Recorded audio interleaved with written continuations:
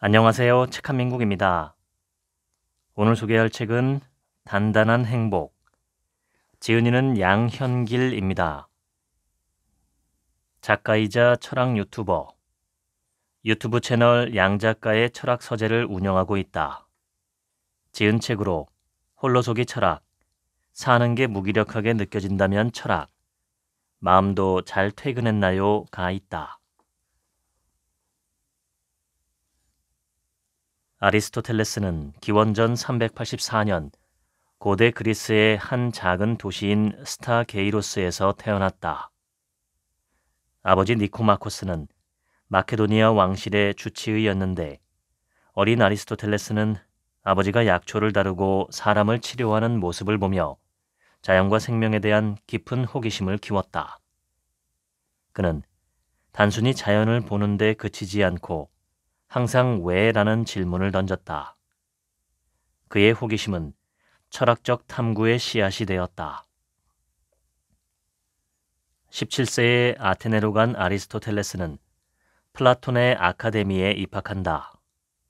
플라톤은 이데아, 즉 완벽한 이상 세계가 모든 현실의 근본이라고 가르쳤지만 아리스토텔레스는 왜 우리는 눈에 보이지 않는 이상이 아니라 지금 우리가 발을 딛고 있는 현실에 주목하지 않을까라는 의문을 품게 된다. 플라톤이 죽은 뒤 아리스토텔레스는 마케도니아 왕실로 돌아가 알렉산드로스 대왕을 교육하며 그의 지혜를 전달한다. 다시 아테네로 돌아온 아리스토텔레스는 자신의 학문 기관인 리케온을 설립한다. 학생들은 아리스토텔레스와 함께 걸으며 대화하는 산책 철학을 통해 세상을 배우고 함께 연구한다.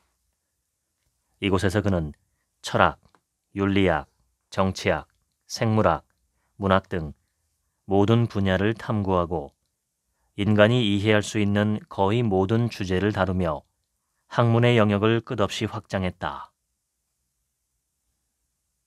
아테네에서 정치적 위기가 닥치자 아리스토텔레스는 아테네인들이 소크라테스를 죽였듯 또 다른 철학자를 죽이는 죄를 짓게 하고 싶지 않다며 고향으로 물러난다. 그의 논리학은 과학적 사고와 연구 방법론의 기초가 되었고 정치 철학은 민주주의와 법치의 근간을 이루었으며 예술과 문학에서는 그의 시학이 여전히 창작의 기본 원칙으로 활용된다. 심지어 그의 행복론은 오늘날 자기계발서와 심리학에서도 자주 언급되며 좋은 삶이 무엇인지 고민하는 이들에게 방향을 제시한다. 그가 건넨 모든 질문의 중심에는 인간은 왜 사는가라는 근본적인 물음이 있었음을 기억해야 한다. 행복이란 삶의 의미이자 목적이요. 인간 존재의 총체적 목표이자 끝이다. 아리스토텔레스는 인간의 삶에서 수단이 아닌 목적을 추구할 때 진정한 행복에 도달한다고 말했습니다. 그는 현실주의자로서 구체적 사실과 경험을 중시했습니다. 그는 우리 주변에서 관찰할 수 있는 것들, 사람의 행동, 자연의 움직임, 사회의 구조에서 답을 찾으려 했습니다. 아리스토텔레스는 경험과 관찰을 중시하며 구체적인 사실에 기반한 사고를 강조했습니다. 그는 모든 것이 고유한 목적을 가지며 더 중요한 목적을 추구해야 한다고 가르쳤습니다. 일상생활의 여러 행동 뒤에 있는 목적들이 건강, 자유, 즐거움, 인생의 의미 등 더 큰 목적과 연결될 때 삶은 더욱 풍요로워집니다. 아리스토텔레스는 묻습니다. 당신이 추구하는 다양한 목적 중 진정으로 중요한 것은 무엇인가? 라고 말입니다. 그는 우리가 삶에서 더 큰 목적에 초점을 맞출 때 비로소 의미 있고 가치 있는 삶을 살아갈 수 있다고 가르칩니다. 아리스토텔레스는 행복에 대해 깊이 고민했습니다. 행복이란 무엇이며 어떻게 그것을 향해 나아갈 수 있는지를 끊임없이 질문하고 자신만의 답을 찾았습니다. 아리스토텔레스는 인간의 궁극적인 목적은 행복에 있다고 주장했습니다. 그는 행복을 인생 전체의 종합평가로 보았습니다. 즉, 행복은 단기간의 성취가 아니라 한 사람이 평생 동안 지속적으로 덕을 실천하고 올바른 삶을 살아가는 과정에서 이루어지는 것입니다. 아리스토텔레스는 행복이란 인생에서 어떻게 행동하는지와 깊이 연결되어 있다고 보았습니다. 우리가 어떤 행동을 지속적으로 하느냐에 따라 행복한지가 결정된다는 뜻입니다. 아리스토텔레스는 행복이 두 가지 특징을 가지고 있다고 말합니다. 바로 자족성과 목적성입니다. 자족성은 스스로가 충분히 만족할 수 있는 상태를 말합니다. 다른 보상이나 칭찬 같은 외부 요소에 의존하지 않고 그 자체로 만족스럽다는 뜻이죠. 예를 들어, 내가 좋아하는 취미 활동을 떠올려 보면 됩니다. 어떤 사람은 낚시나 등산을 할 때 그 일을 하는 자체로 보람을 느끼고 기분이 좋아집니다. 육아의 경우도 마찬가지입니다. 아이가 건강하게 잘 자라는 모습을 보는 것만으로도 부모는 충분한 행복을 느낍니다.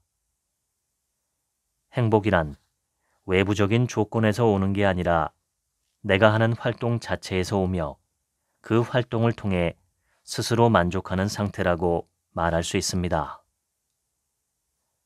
결론적으로 자족성이라는 건 내가 안정적이고 지속적으로 행복을 느낄 수 있게 만드는 중요한 특징입니다.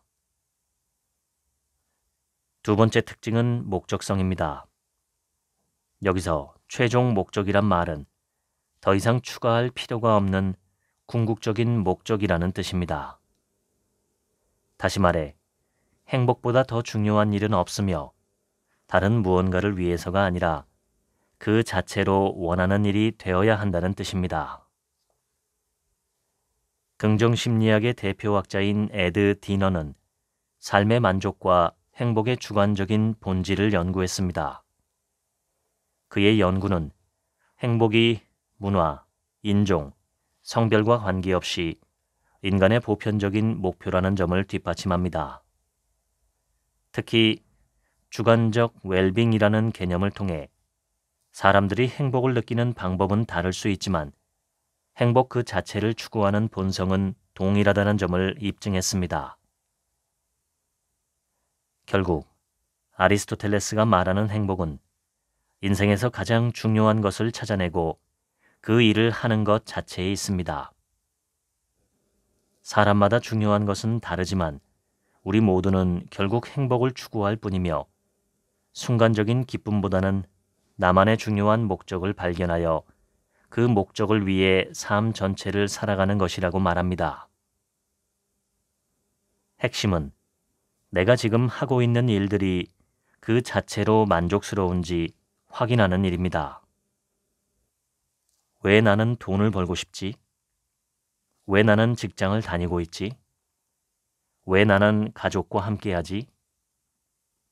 이렇게 왜라는 질문을 계속해서 던지는 겁니다. 왜라는 질문을 던지는 것은 내가 진정으로 원하는 삶이 무엇인지 알아내는 마법 같은 질문입니다. 제비 한 마리가 찾아온다고 해서 봄을 만들어내는 게 아니고 하루 만에 봄이 갑자기 찾아오는 것도 아니듯 사람도 갑작스럽게 느닷없이 행복해지지는 않는다. 니코마코스 윤리학. 아리스토텔레스는 행복을 인생에 대한 일종의 종합평가라고 생각했습니다. 오늘 내가 행복하더라도 그것은 진정한 행복이 아니라는 것입니다. 그는 행복한지 아닌지 여부는 인생 전체를 보아야만 알 수 있다고 말합니다. 크로이소스는 리디아 왕국의 부유한 왕으로 막대한 재산과 권력을 자랑하며 자신이 세상에서 가장 행복한 사람이라고 믿었습니다. 어느 날 그는 지혜로운 현자 솔론을 자신의 궁정으로 초대하고 세상에서 가장 행복한 사람이 누구인가? 라고 물었습니다. 크로이소스는 솔론이 자신을 꼽아줄 것이라고 기대했지만 대답은 전혀 달랐습니다. 크로이소스는 계속해서 자신의 이름이 나오지 않자 불만을 품고 왜 자신이 행복한 사람으로 꼽히지 않는지 묻습니다. 이에 솔론은 행복은 살아있는 동안 쉽게 판단할 수 없으며 인생의 끝을 보기 전에는 그 사람이 진정으로 행복한지 알 수 없습니다. 라고 답합니다. 몇 년이 지나 크로이소스는 페르시아 제국의 키루스 대왕과의 전쟁에서 패배하고 사형을 선고받습니다. 죽음을 앞둔 순간 크로이소스는 죽기 전까지는 아무도 행복하다고 말할 수 없다라는 말의 진리를 깨닫고 솔론, 솔론, 솔론이라고 외칩니다. 크로이소스의 외침을 들은 키루스 대왕은 그 이름의 의미를 물었고 크로이소스는 솔론과의 대화를 이야기해 주었습니다. 인간의 운명이 얼마나 쉽게 뒤바뀔 수 있는지 깨달은 키루스는 크로이소스를 불쌍히 여겨 그의 생명을 구해줍니다. 이 이야기에서 알 수 있듯이 인생은 한 치 앞도 알 수 없는 여정입니다. 인생 전체에서 좋은 삶을 살아가는 과정을 통해 행복이 결정되는 것입니다. 인생의 변곡점에 이르렀을 때 삶이 힘들다고 해서 함부로 불행하다고 단정지을 필요는 없습니다. 마찬가지로 지금까지의 삶이 행복했다고 해서 방심해서도 안 됩니다. 아직 인생의 여정이 끝나지 않았기 때문입니다. 아리스토텔레스는 지혜로운 사람은 주어진 상황 속에서 가장 좋은 선택을 하며 불운한 환경을 극복하고 결국 행복을 찾을 수 있다고 말했습니다. 이성적 판단과 내면의 힘을 통해 상황을 극복할 수 있다는 점을 짚은 것입니다. 스토아 철학자 에픽테토스도 비슷한 이야기를 했습니다. 그 역시 환경 자체가 우리를 불행하게 만드는 것이 아니라 우리가 그 환경을 어떻게 받아들이고 해석하느냐에 따라 인생이 결정된다고 보았습니다. 사람들은 일어나는 사건들에 의해 괴로워하는 것이 아니라 그 사건들에 대해 그들이 갖고 있는 견해에 의해 괴로워한다. 에픽테토스. 운이 나쁘거나 불행한 상황에 처했다고 해서 절망할 필요는 없습니다. 내가 올바르게 실천하고 삶을 개선해 나가면 결국 행복한 인생을 만들어 갈 수 있습니다. 아리스토텔레스는 인간의 삶을 쾌락적인 삶, 정치적인 삶, 관조적인 삶, 이렇게 세 가지 유형으로 나누었습니다. 첫 번째로 쾌락적인 삶은 맛있는 음식을 먹고 재미있는 영화를 보고 편안하게 쉬면서 기분 좋은 순간을 즐기는 것입니다. 쾌락적 삶의 가장 큰 문제는 즐거움이 오래 지속되지 않는다는 점입니다. 두 번째로 정치적인 삶은 명예와 성공 그리고 사회적 위치를 통해 행복을 찾는 삶의 방식입니다. 아리스토텔레스는 이를 실천적 삶이라고 부르며 개인이 자신의 업적을 쌓고 타인의 인정을 받으며 가치를 증명하는 방식이라고 설명합니다. 쾌락적 삶과 정치적 삶은 모두 외부적인 요인에 크게 의존합니다. 아리스토텔레스는 이 두 유형의 삶이 인간 고유의 이성적 본성을 충분히 실현하지 못한다고 보았습니다. 그는 인간이 진정한 행복을 찾기 위해서는 외부 조건에 의존하지 않는 관조적 삶을 추구해야 한다고 강조했습니다. 관조라는 단어에서 관은 본다라는 뜻이고 조는 비춘다라는 뜻입니다. 관조는 대상을 바라보고 그 본질을 꿰뚫어 보며 이를 통해 진리를 깨닫는 행위를 의미합니다. 관조적 삶이란 단순히 조용히 생각에 잠기는 것을 넘어 진리를 탐구하고 사물의 본질을 깊이 이해하는 삶을 말합니다. 이는 철학적 사유뿐만 아니라 문학, 예술, 음악 등 우리의 내면을 울리는 모든 활동을 포함합니다. 아리스토텔레스는 돈, 명예, 권력, 건강 같은 외적인 조건만으로는 진정한 행복을 얻을 수 없다고 말합니다. 대신 인간 고유의 능력을 가장 잘 발휘할 수 있는 활동 속에서 진정한 행복을 찾을 수 있다고 주장했지요. 이러한 활동을 중심으로 살아가는 방식을 관조적 삶이라 불렀습니다. 관조적 삶을 살아가는 사람은 외부 조건이나 타인의 평가에 크게 의존하지 않습니다. 관조적 삶을 사는 사람은 혼자서도 진리를 탐구하고 삶의 의미를 느낄 수 있습니다. 무엇보다 이 삶은 스스로 만족할 수 있다는 특징이 있습니다.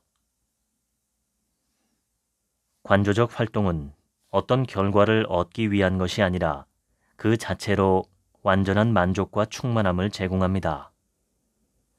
예를 들어 철학적 사유나 예술 감상은 단순한 재미를 넘어서 깊은 내적 기쁨과 깨달음을 줍니다. 이 활동은 부족함 없이 충만하기 때문에 진정한 행복을 경험하게 만드는 것입니다. 관조적 삶의 또 다른 매력은 지속적인 만족을 제공한다는 점입니다. 돈이나 명예처럼 시간이 지나며 실증이 나거나 소멸되는 것이 아니라 매 순간 새롭고 즐겁습니다.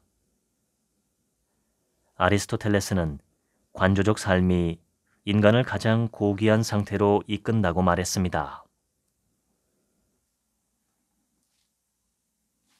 아리스토텔레스는 필리아라는 개념을 통해서 인간관계란 무엇이고 어떻게 관계를 쌓아나가야 할지 설명했습니다.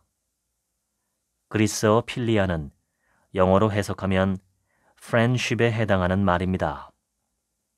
다만 기존에 우리가 아는 우정이라는 개념보다는 부모, 연인, 친구, 가족, 이웃 등 굉장히 넓은 범위의 관계에서 발견할 수 있는 우애 또는 친밀감을 의미합니다. 그가 말한 필리아에는 다음의 세 가지 요소가 있습니다. 첫째, 먼저 상대방이 잘 되기를 바라는 순수한 마음입니다. 둘째, 서로가 이 사실을 알고 있어야 합니다. 셋째, 이러한 바람이 일방적이지 않고 상호적이어야 한다는 점입니다. 아리스토텔레스는 필리아의 세 가지 요소가 있느냐 없느냐에 따라서 관계도 세 가지 유형으로 나눌 수 있다고 설명했습니다. 첫 번째 유형은 이익을 위한 관계입니다. 현대 사회라면 직장 동료들과의 관계가 대표적인 예입니다. 두 번째 유형은 즐거움을 위한 관계입니다.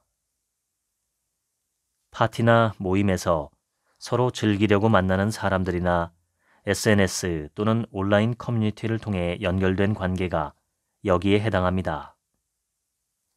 마지막 유형은 덕을 위한 관계로 가장 완벽하고 이상적인 형태입니다. 덕을 위한 관계는 서로가 도덕적으로 더 나은 사람, 서로가 더 좋은 사람이 되기 위한 목적을 갖고 있습니다. 이 관계는 상호 존중과 신뢰를 바탕으로 하며 서로의 선을 추구하고 상대방의 행복을 진심으로 기원하는 깊은 유대감이 있다는 것을 특징으로 합니다. 상대방의 행복이 곧 자신의 행복이라고 느끼며 필요하다면 자신을 희생할 준비도 되어 있는 관계입니다. 아리스토텔레스는 이 관계가 인생에서 가장 중요한 관계라고 주장합니다. 중용은 어떤 점에서든 과도함과 모자람 사이의 중간에 있는 것, 즉 적절함을 뜻한다. 니코마코스 윤리학. 중용에서의 중은 중간이 아니라 적중하다에 가까운 의미를 갖고 있습니다. 아리스토텔레스는 중용의 예시로 용기, 절제, 온화, 진실성, 재치 등을 들었습니다. 너무 대담하면 무모해지고 너무 부족하면 겁쟁이가 됩니다. 용기는 무모와 비겁 사이에 놓인 중용입니다. 또한 쾌락을 지나치게 추구하면 무절제해지고 쾌락을 너무 멀리하면 무감각해집니다. 이 둘 사이에 놓인 것은 절제입니다. 운동에 지나치게 욕심을 부리면 부상의 위험이 따르고 반대로 운동을 소홀히 하면 건강을 잃게 되는 것과 마찬가지입니다. 적절한 운동이 필요하죠. 정확하게는 주어진 상황에 맞게 적절한 선택과 적절한 행동을 하는 것이 중용입니다. 예를 들어 마감이 촉박할 때는 일을 빠르게 처리하고 장기적인 목표를 바라볼 때는 천천히 다양한 고민을 하며 행동하는 것이 중용입니다. 중용이란 삶 속에서 자기 중심을 잃지 않고 살아가는 것입니다. 중간만을 고집하는 것이 아니라 상황마다 고민하고 최적의 답을 찾아 적절한 행동을 하는 것입니다. 마땅히 주어야 할 사람에게 마땅한 만큼, 마땅한 때에, 마땅한 목적을 위해 마땅한 방식으로 하는 것은 결코 누구나 할 수 있는 일도 아니고 쉬운 일도 아니다. 바로 그런 까닭에 이런 일을 잘하는 것은 드물고 칭찬받을 만한 일이며 고귀한 일이다. 니코마코스 윤리학. 중용을 실천하기 위해 필요한 세 가지 조건이 있습니다. 첫째, 감정에 휘둘리지 않고 마음의 중심을 잡아야 합니다. 둘째, 반드시 유연한 사고가 필요합니다. 셋째, 중용에서 가장 중요한 요소는 실천입니다. 중용은 우리의 삶을 더 잘 살아갈 수 있게 만드는 만능 키와 같습니다. 감정적으로 흔들리기 쉬운 순간에도 이성적으로 중심을 잡고 상황에 따라 유연하게 대처하며 작은 행동에서부터 실천을 반복한다면 우리는 진정으로 중용의 안생을 살아갈 수 있을 겁니다. 아리스토텔레스는 진리에 도달할 수 있는 데에는 두 가지 방법이 있다고 설명했습니다. 하나는 보편적인 원리와 현상에 대해서 이해하는 방법입니다. 예를 들어 수학 공식이나 자연의 법칙처럼 변하지 않는 거의 모든 것에 적용되는 원리들이 여기에 해당합니다. 다른 하나는 끊임없이 변화하는 사회나 인간의 인생에 적용할 수 있는 방법입니다. 우리가 매일 마주하는 복잡하고 예측할 수 없는 상황과 서로 다른 맥락 및 관계 안에서 어떻게 선택하고 어떻게 행동할 것인가에 대한 방법이지요. 아리스토텔레스는 이를 실천적 지혜라고 말합니다.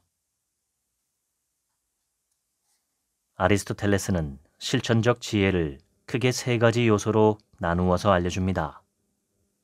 숙고, 선택과 결정, 실천입니다. 실천적 지혜란 한 번의 행동으로 완성되는 것이 아니라 지속적인 반복과 성찰을 통해서 비로소 자리 잡는 것입니다. 성상근야, 습상원야. 공자, 논어 중에서 사람은 누구나 비슷비슷한 수준으로 태어나지만 무엇을 반복하느냐에 따라 차이가 크게 벌어진다는 의미입니다. 아리스토텔레스는 용기는 용감한 행동을 반복하면서 형성되고 절제는 절제된 행동을 지속적으로 실천하면서 얻게 되는 것이라고 말했습니다. 올바른 행동을 꾸준히 반복하는 것이 필수적이라는 뜻입니다.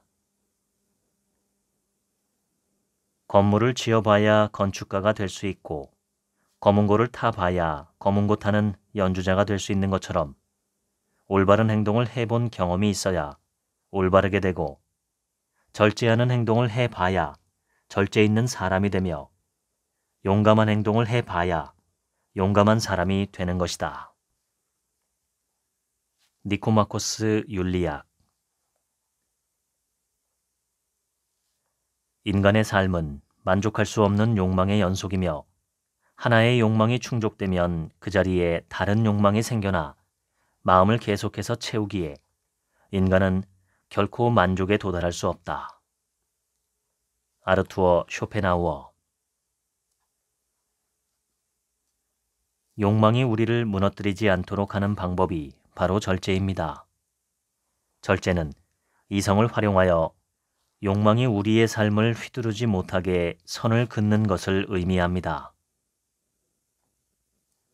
무절제한 사람은 쾌락에 굴복하지만 절제 있는 사람은 이성에 따라 선택한다.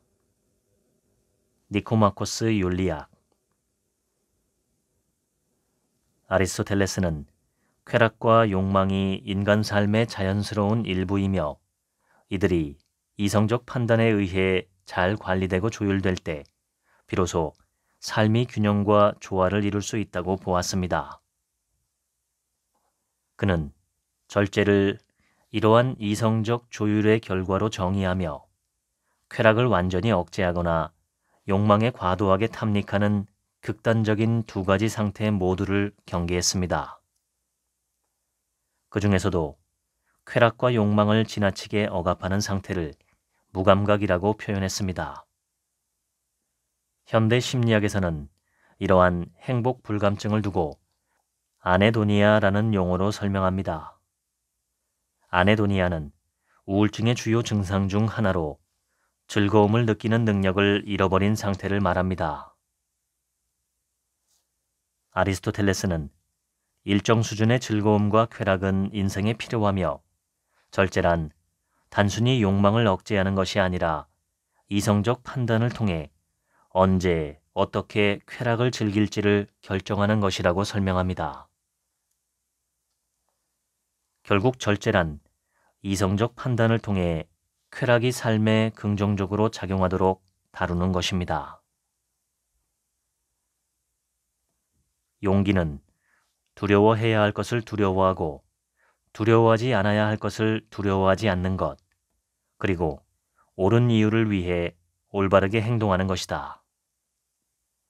니코마코스 윤리학. 용기를 발휘할 때 사람들은 종종 두 가지 극단으로 치우칩니다. 하나는 두려움을 무시하고 무모하게 행동하는 경우입니다. 나머지 하나는 두려움 때문에 아무것도 하지 않는 경우입니다. 아리스토텔레스는 이 두 극단을 피하고 합리적인 판단을 통해 적절한 행동을 선택하는 것이 바로 균형이라고 말했습니다. 즉, 용기란 이 두 극단 사이에서 현명하게 중심을 잡는 것입니다. 무슨 일이든 회피하고 두려워하며 어떤 자리도 지켜내지 못하는 사람은 비겁한 사람이 되는 것이고, 이와 반대로 무슨 일이든 결코 두려워하지 않으면서 모든 일에 뛰어드는 사람은 무모한 사람이 되는 것이다.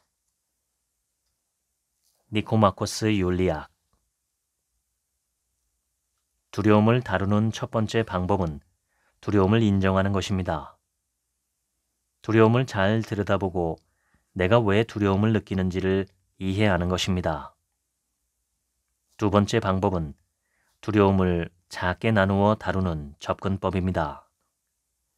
큰 도전은 누구에게나 위압적으로 느껴질 수 있지만 그것을 작은 단계로 나누면 두려움은 줄어듭니다. 세 번째 방법은 두려움 앞에서 이성적으로 판단할 수 있도록 질문해 보는 것입니다. 이 일이 정말 그렇게 큰 위협인가? 내가 감당할 수 없는 일인가? 이런 질문을 스스로에게 던지며 두려움을 현실적으로 바라보는 연습이 필요합니다. 대부분의 경우 두려움은 실제보다 훨씬 커 보일 뿐입니다. 마지막 방법은 행동으로 옮기는 것입니다. 두려움은 가만히 있으면 더욱 커지기 마련입니다. 작은 행동이라도 실천하기 시작하면 두려움은 점차 약해집니다. 아리스토텔레스는 용기는 습관과 훈련을 통해 형성된다고 보았습니다. 타고나는 것이 아니라 반복적인 행동과 경험을 통해 점진적으로 발전시켜야 한다는 것이죠. 습관은 우리의 행동을 결정합니다. 아리스토텔레스의 스승인 플라톤과 플라톤의 스승인 소크라테스는 감정을 대체로 부정적으로 보았습니다. 그들은 인간의 이성적인 능력을 중요하게 여기고 감정이야말로 사람이 잘못된 행동을 하는 주요 원인이라고 생각했습니다. 고대 그리스의 스토아 학파도 감정을 억제하여 감정이 없는 상태를 이상적이라고 생각했습니다. 아리스토텔레스는 감정을 다르게 보았습니다. 감정이 무조건 부정적인 것이 아니라 상황과 조건에 따라 부정적일 수도 있고 긍정적일 수도 있다고 생각했습니다. 오히려 올바른 감정은 인간에게 필수적이라고 보았습니다. 또한 이성은 우리가 바르게 판단하도록 돕지만 감정은 우리를 더 나은 방향으로 행동하게 만드는 동력이 될 수 있다고 믿었습니다. MBTI에 빗대어 생각해보면 플라톤과 소크라테스는 T형에 해당하고 아리스토텔레스는 T형에 가깝긴 하지만 F형이 매우 중요하다고 생각한 것이지요. 아리스토텔레스는 올바른 상황에서 올바른 감정을 느끼는 것이 중요하다고 설명합니다. 똑같은 감정이라도 상황에 따라서 올바른 감정이 될 수 있고 나쁜 감정이 될 수도 있는 것이지요. 감정을 올바른 방향으로 이끌려면 무엇이 필요할까요? 아리스토텔레스는 이성이라고 답하며 감정을 이성으로 다스리는 것이 중요하다고 강조합니다. 여기서 중요한 것은 이성을 동원해 감정을 무조건 억누르거나 감추는 것이 아닙니다. 상황에 맞게 조절하며 때론 자신의 감정을 적절하게 표현하는 것을 뜻합니다. 아리스토텔레스는 감정이 단순한 마음의 반응이 아니라 가치관, 기대, 상황에 대한 해석에서 비롯된다고 주장했습니다. 감정은 어떤 사건 자체보다 그 사건을 우리가 어떻게 해석하느냐에 따라 달라진다는 것입니다. 비슷한 상황에서 어떤 사람은 분노를 느끼는 반면 어떤 사람은 무관심하거나 심지어 유머로 넘길 수 있는 이유는 그 상황을 받아들이는 개인의 관점과 믿음이 다르기 때문이라는 겁니다. 현대 사회에서도 이러한 접근법은 매우 유용합니다. 심리학자 리처드 라자루스는 인지평가 이론을 통해 감정이 단순한 자극 반응이 아니라 사건에 대한 인지적 평가에 따라 형성된다고 설명했습니다. 특정 상황을 어떻게 해석하느냐에 따라 감정의 종류와 강도가 달라진다는 것입니다. 좋은 사람은 자기를 사랑하는 사람이다. 니코마코스 율리아. 아리스토텔레스의 관점에서 자기 자신을 사랑한다는 것은 지금의 나와 내가 꿈꾸는 최고의 나 사이의 거리를 좁히는 과정입니다. 아리스토텔레스는 자신을 사랑한다는 것은 내가 가진 최고의 모습, 즉 이성적으로 생각하고 바르게 행동할 수 있는 나의 본성을 존중하고 실현하는 것이라고 봤습니다. 진정한 자기애란 지금의 나를 단순히 즐겁게 해주는 것이 아니라 나를 더 나은 사람으로 만들어가는 과정입니다. 진정으로 나를 사랑한다면 내가 진짜로 원하는 삶을 위해 노력해야 한다는 뜻이죠. 결국 진정으로 자기 자신을 사랑한다는 건 순간적인 욕구에 끌려다니는 것이 아니라 진정으로 바라는 삶을 위해 지금 필요한 선택을 하는 것입니다. 플라톤은 눈에 보이지 않는 이상적인 세계를 중시하며 인간이 그 이상을 향해 나아가야 한다고 믿었습니다. 반면 아리스토텔레스는 실질적인 경험과 현실 속에서의 판단을 중요시했습니다. 이데아란 현실 세계를 넘어선 이상적이고 완전한 세계를 의미합니다. 플라톤은 인간이 감각적으로 인지하는 현실은 완전한 실체가 아니며 진정한 실제는 오직 이데아의 세계에 존재한다고 주장했습니다. 플라톤은 우리가 눈으로 보고 손으로 만질 수 있는 모든 사물과 현상은 이데아의 불완전한 모방에 불과하다고 설명합니다. 반면 아리스토텔레스는 현실주의자라고 불립니다. 그는 보다 현실적이고 구체적인 사물과 경험을 통해 세상을 이해했습니다. 아리스토텔레스는 모든 지식이 경험과 관찰을 통해 형성된다고 주장했습니다. 따라서 그의 철학은 이상적인 추상적 개념보다 현실적인 경험과 관찰된 사실을 중시합니다. 이는 이론적 추상보다 실제 삶에서 겪는 현실적인 문제를 해결하는 데 중점을 둔 관점입니다. 아리스토텔레스는 모든 사물이 형상과 진료로 구성된다고 주장했습니다. 진료는 사물을 이루는 물질적인 요소이고 형상은 그 사물이 무엇인지를 결정짓는 본질적인 특성을 의미합니다. 예를 들어 나무로 만든 의자의 경우 나무가 의자의 진료가 되고 의자의 형상은 의자가 의자답게 만들어주는 구조적 특성과 기능을 의미합니다. 아리스토텔레스는 진료와 형상이 함께 현실적인 사물의 존재를 이룬다고 보았습니다. 이 시각을 인간에게 적용하면 인간의 본질적인 기능, 즉 이성이나 사고하는 능력은 형상이 되고 인간을 구성하는 신체는 진료가 되는 겁니다. 플라톤은 모든 사물의 본질을 이상적인 이데아에 있다고 믿으며 감각으로 인지하는 현실은 이 이상적 본질의 불완전한 모방일 뿐이라고 설명했습니다. 하지만 아리스토텔레스는 사물 자체가 그 본질을 담고 있으며 현실 세계의 구체적인 모습과 목적이 결합해 존재한다고 보았습니다. 그의 형상 진료 이론은 사물을 구체적이고 물질적인 요소인 진료와 그것의 본질적인 목적과 특성인 형상으로 이해해야 한다고 말합니다. 모든 행동에는 어떤 목적이 있고 그 목적은 궁극적인 좋음을 추구한다. 니코마커스 율리악. 운동을 해야 하는 이유를 물으면 건강을 위해서라는 답이 나오고 건강이 중요한 이유를 묻다 보면 삶의 질을 높이고 가족과 더 많은 시간을 보내기 위해서라는 답에 도달합니다. 이처럼 자신의 행동을 깊이 탐구하다 보면 점차 인생의 더 큰 의미와 목표를 찾아가게 되는 것이죠.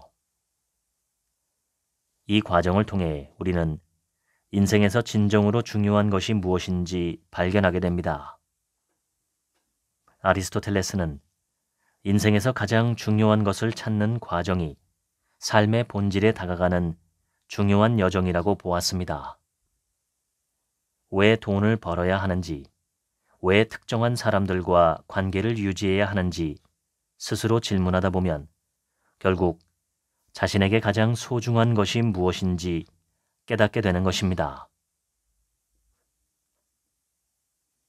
아리스토텔레스의 목적론에 따르면 인생의 목적을 찾는 과정에서 가장 중요한 것은 무엇이 자기 인생의 진짜 목적인지 깨닫는 것입니다. 아리스토텔레스는 모든 인간이 행복을 추구하고 그 행복은 이성적 판단을 통해서만 도달할 수 있다고 보았습니다. 그래서 궁극적인 목적을 찾기 위해서는 자신이 가치 있다고 느끼는 것, 자신에게 진정한 행복을 주는 것에 집중해야 한다고 주장합니다. 그는 우리가 단순히 매일의 과제를 수행하는 데 그치지 않고 모든 행동이 궁극적으로 어떤 상위 목적을 향하고 있는지를 이해해야만 더 충실하고 의미 있는 삶을 살아갈 수 있다고 보았습니다. 아리스토텔레스는 우리 행동이 인생의 궁극적 방향과 일치하도록 노력해야 한다고 강조합니다. 자신의 목적이 외부에서 주어진 것이 아니라 내면에서 비롯된 것인지 확인하려면 자기 성찰이 필요합니다. 아리스토텔레스는 행복은 실천에서 나온다라고 말했습니다. 즉, 우리의 목표가 실제 행동으로 이어지고 삶을 변화시킬 때 비로소 그 의미가 드러난다는 것이죠. 스티브 잡스의 이야기가 이것을 잘 보여줍니다. 잡스가 어린 시절부터 전자기기에 관심이 많았다는 사실은 유명합니다. 하지만 단순히 멋진 컴퓨터를 만들어야지 라고 생각했다면 그의 비전은 애플이라는 혁신적인 회사를 세우고 세상을 바꾸는 데까지 이르지 못했을 겁니다. 잡스는 목표를 구체적인 행동으로 바꾸는 데 능했습니다. 그는 젊은 시절 전자기기를 분해하고 조립하며 기술을 단순하고 아름답게 만들어야 한다라는 아이디어를 품었습니다.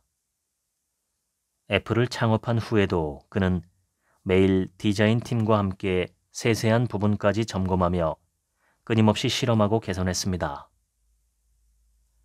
첫 번째 애플 컴퓨터는 초기에 큰 주목을 받지 못했지만 실패에 굴하지 않고 우리가 만든 제품은 사람들의 삶을 더 나아지게 할 것이라는 목적을 가지고 아이맥, 아이폰 같은 혁신적인 제품으로 발전시켰습니다. 우리도 만약 건강을 목표로 한다면 매일 아침 10분 산책을 하거나 한 끼의 식단을 더 건강하게 바꾸는 작은 실천부터 시작할 수 있습니다. 사소한 행동들이 쌓이면 큰 변화를 만들어낼 수 있습니다. 인생을 잘 살아가려면 어떻게 해야 할까요? 그 답은 자기 자신을 잘 아는 데에 있습니다. 인생을 잘 살아간다는 것은 결국 나 자신을 만족시킨다는 것을 의미하고 이를 위해서는 나에 대한 깊은 이해가 필요하기 때문입니다. 아리스토텔레스는 경험과 관찰을 통해 개별적인 사례들 속에서 공통의 원리를 찾는 것을 매우 중요하게 여겼습니다. 그는 동물학과 해부학 연구를 통해 다양한 동물들을 직접 관찰하며 각 생물이 특정 목적을 달성하기 위해 그에 적합한 신체 구조를 가지고 있다는 사실을 발견했습니다. 사자와 같은 육식동물은 강력한 송곳니와 날카로운 발톱을 지니고 있어 먹이를 사냥하거나 뜯어먹기 적합한 구조를 가지고 있다는 사실을 발견한 것입니다. 아리스토텔레스는 모든 동물이 각자의 생태적 역할과 목적에 맞게 고유한 신체적 특징을 가지고 있다는 보편적 원리를 도출하게 됩니다. 마트에는 다양한 상품들이 진열되어 있습니다. 큰 공간에 수많은 종류의 상품이 있음에도 대개 찾고자 하는 물건을 손쉽게 찾아낼 수 있습니다. 상품들이 잘 분류되어 있기 때문입니다. 이처럼 무언가를 분류하고 종류별로 나누어 생각하는 방식을 카테고리 또는 범주라고 부릅니다. 범주는 비슷한 성격을 가진 대상을 한데 모아 체계적으로 정리하는 것을 의미합니다. 아리스토텔레스는 범주화 분야에서 선구자 역할을 했으며 세상에 존재하는 것들을 체계적으로 분류한 인물입니다. 그는 사물을 여러 관점에서 바라보고 각 속성에 따라 구분하고 설명할 수 있는 틀을 제시했습니다. 이전의 철학자들도 세상을 분류하고 개념을 정리하려고 시도했지만 아리스토텔레스만큼 구체적이고 논리적인 범주 체계를 구축한 사람은 없었습니다. 이것이 바로 아리스토텔레스의 범주론입니다.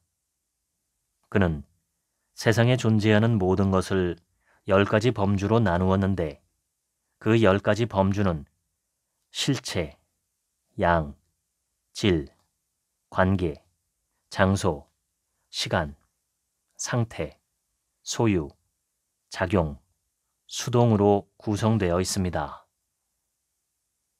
실체는 어떤 사물이나 사람이 그 자체로 존재하는 것을 뜻합니다.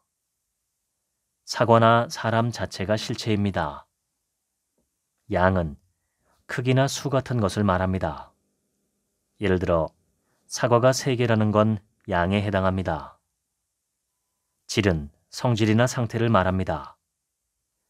예를 들어 사과가 빨갛다라는 건 질에 해당합니다. 관계는 두 사물 사이의 연결을 뜻합니다. A는 B의 형이다와 같은 관계를 말합니다. 장소는 어디에 있는지를 가리킵니다. 사과가 테이블 위에 있다와 같은 장소를 의미합니다. 시간은 언제인지를 가리킵니다. 지금이나 어제처럼 시간을 말합니다. 상태는 어떻게 있는지를 말합니다. 예를 들어 앉아 있다라는 건 상태를 뜻합니다. 소유는 무엇을 가지고 있는지를 뜻합니다. 예를 들어 안경을 쓰고 있다라는 건 소유 상태입니다. 작용이란 어떤 작용을 하는지 나타냅니다. 책을 읽다라는 건 작용입니다. 수동이란 어떤 행동을 받는지를 뜻합니다. 차에 치이다는 수동을 가리킵니다. 아리스토텔레스의 10가지 범주에서 핵심은 바로 실체와 나머지 9개 범주의 구분입니다. 실체는 다른 범주와는 달리 그 자체로 존재하는 것입니다. 나머지 9개의 범주는 실체에 붙어서 그것을 설명하는 속성입니다. 아리스토텔레스는 자연과학에서도 이 범주론을 적용하여 생물과 비생물을 분류하고 동식물의 다양한 행동이나 특징을 기준으로 나누었습니다. 이러한 범주론을 바탕으로 그는 자연계의 복잡한 사물들을 설명하고 분류할 수 있었던 것입니다. 아리스토텔레스는 실체와 속성을 기반으로 분류하고 체계적으로 사고하는 방식 덕분에 광범위한 분야를 연구할 수 있었습니다.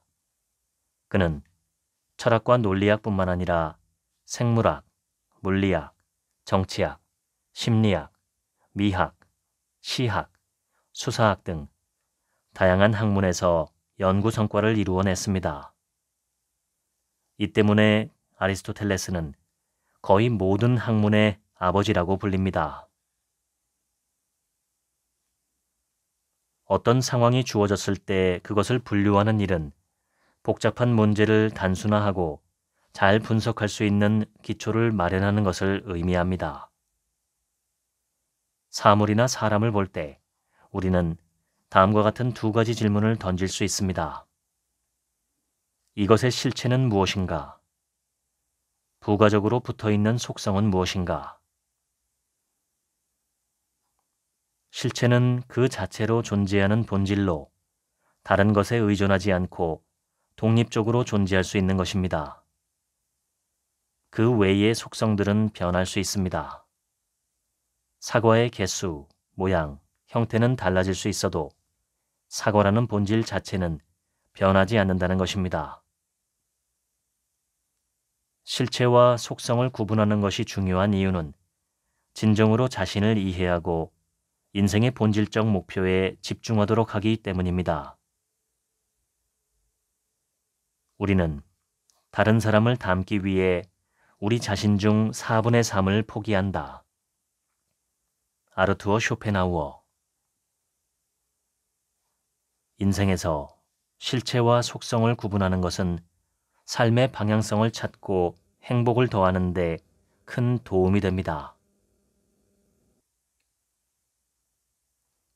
아리스토텔레스는 수사학을 통해서 신뢰라는 단어를 설명했습니다. 그에 따르면 신뢰는 타인을 설득하여 나의 이야기를 믿게 만드는 능력입니다. 그는 신뢰를 구축하기 위해 중요한 3가지 요소를 제시했습니다. 바로 에토스, 파토스, 로고스입니다. 에토스는 말하는 사람의 성품과 인격을 통해 신뢰를 쌓는 방법입니다. 이 사람이 어떤 사람인지 도덕성과 진실성이 있는지를 느끼게 합니다. 파토스는 상대방의 감정의 호소에 설득하는 방법으로 말하는 사람이 감정을 이해하고 공감할 때 신뢰가 강화됩니다. 마지막으로 로고스는 논리적 근거와 이성을 기반으로 신뢰를 구축하는 방법으로 상대가 얼마나 체계적이고 논리적으로 말하는지에 따라 신뢰감이 달라집니다. 이 3가지가 결합할 때 상대가 우리가 하는 말을 신뢰하게 된다는 게 아리스토텔레스의 주장입니다. 아리스토텔레스는 특히 에토스의 중요성을 강조했습니다. 에토스는 나 자신이 누구인가에 따라 결정되는 성품으로 사람들에게 신뢰를 받게 만드는 핵심 요소입니다. 단시간 동안 유지되는 설득은 파토스나 로고스를 통해 가능할지라도 장시간 동안 유지되는 신뢰는 결국 우리가 누구인지에 달려있다는 말입니다. 성품이 올바르고 진실하다고 여겨지는 사람은 언제나 같은 기준과 원칙에 따라 행동할 것이라는 신뢰를 줍니다. 지금뿐 아니라 앞으로도 우리를 배신하지 않을 것이라는 심리를 통해 신뢰도가 높아진다는 말이 됩니다. 심리학에는 사람들이 자신이 믿는 사람의 말과 행동을 일관되게 수용하고 싶어 한다는 이론이 있습니다.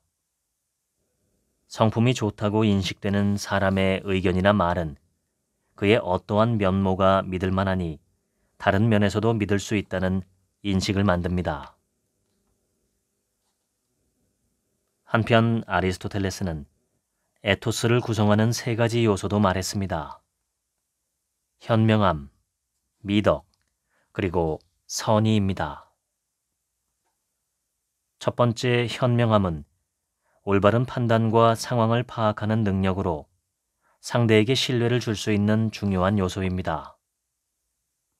두 번째 요소인 미덕은 우리의 성품과 도덕적 기준을 나타내며 신뢰를 쌓는 핵심입니다. 사람들은 도덕적이고 바른 성품을 가진 사람을 신뢰하기 마련입니다.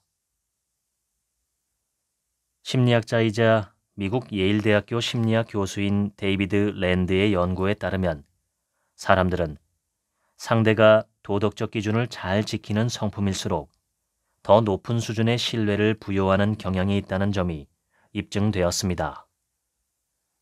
특히 타인의 이익을 존중하고 배려하는 행동이 반복될 때 사람들은 그를 더욱 신뢰하게 된다고 밝혔습니다. 마지막 요소인 선의는 상대방의 이익과 행복을 진심으로 바라는 마음을 뜻합니다. 결론적으로 내가 누구인가가 나의 신뢰도를 결정합니다. 예술은 본질적으로 모방이며 이는 인간의 타고난 성향에 뿌리를 둔다. 시학. 아리스토텔레스는 예술이 단순히 현실을 흉내내는 데 그치지 않고 사람들에게 더 깊은 깨달음과 진리를 전달할 수 있는 창조적이고 긍정적인 역할을 한다고 보았습니다. 이러한 모방이 부정적인 것이 아니라 긍정적인 부분들이 많다고 생각했죠. 영화 기생충은 현실을 모방하지만 여기에는 인간 본성에 대한 진리가 담겨 있습니다. 기생충의 이야기는 현실 세계의 가난한 집안과 부유한 집안의 삶을 보여줍니다.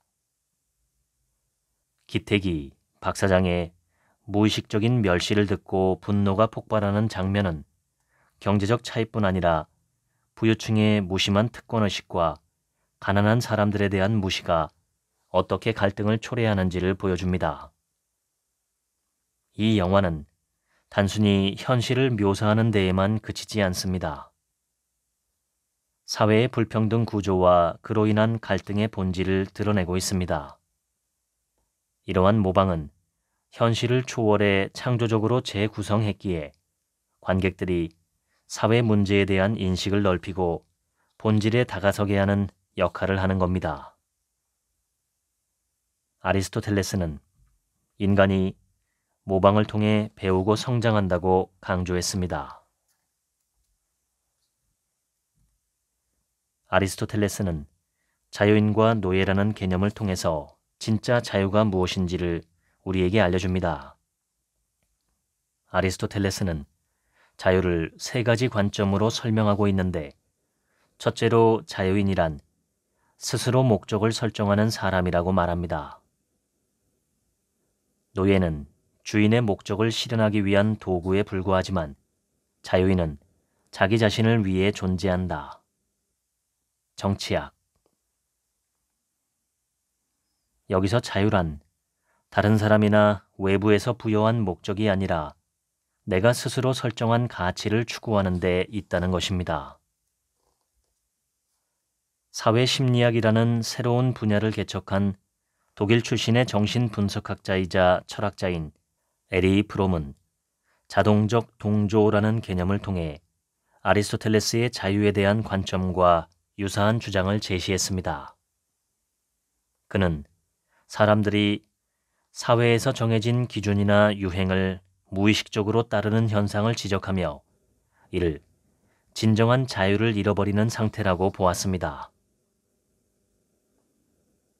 유행하는 여행지에서 사진을 찍어 SNS에 올리고 그 반응에서 만족감을 느끼는 행동 등을 한 가지 예시로 볼 수 있습니다. 겉으로는 자신이 주체적으로 선택한 것처럼 보이지만 이러한 행동이 정말로 내면에서 우러나온 행동인지 아니면 사회가 만든 기준에 맞춘 것인지 고민해 보면 진정한 자유와의 거리를 알 수 있습니다. 프롬은 이러한 행동이 자신의 욕망을 외부 기준에 맞추는 데 그치며 사회적 틀 안에서 조종되는 삶을 살게 한다고 주장했습니다. 둘째, 아리스토텔레스는 자유인을 단순히 외부로부터의 억압이 없는 상태를 넘어 이성을 통해 스스로 판단하고 결정하며 실천하는 능력에 있다라고 보았습니다. 자유인은 자신의 이성을 사용해 무엇이 옳은지 숙고하고 이를 바탕으로 삶의 방향을 결정합니다. 칸트가 봤을 때 진짜 자유란 하고 싶은 대로 마음대로 하는 게 아닙니다. 스스로 옳다고 생각한 규칙을 따라 행동하는 것이 바로 자유라고 말하고 있습니다. 친구와 약속을 했을 때 그냥 집에 있고 싶은 마음이 들어도 약속을 지키는 게 더 옳다고 판단해서 지킨다면 진짜 자유로운 행동이라고 볼 수 있습니다.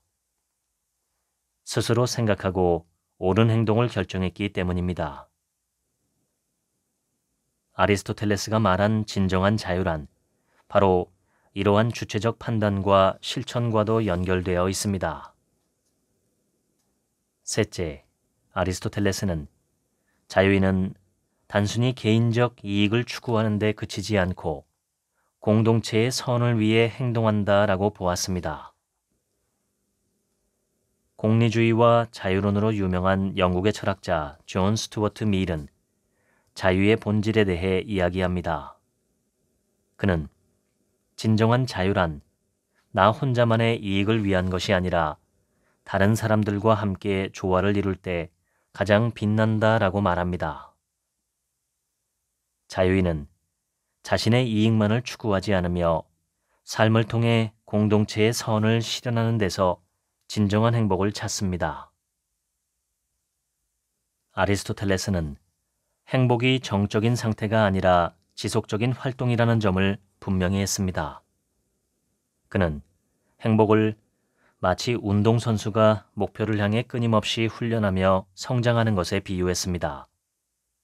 우리가 매일의 삶 속에서 자신을 돌아보고 더 나은 선택을 하고자 노력할 때 비로소 행복에 가까워질 수 있습니다.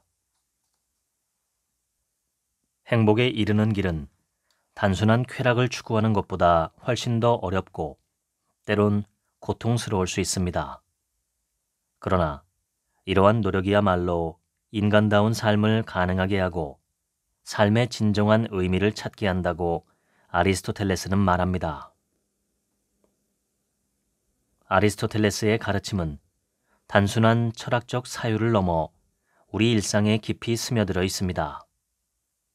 그가 말한 행복은 오늘을 살아가는 우리 모두가 실천할 수 있는 삶의 지침입니다. 이 가르침을 마음에 새기고 우리의 선택과 행동에 반영한다면 행복은 바로 지금 여기에서 시작될 수 있을 것입니다. 지금까지 단단한 행복 읽어드렸습니다.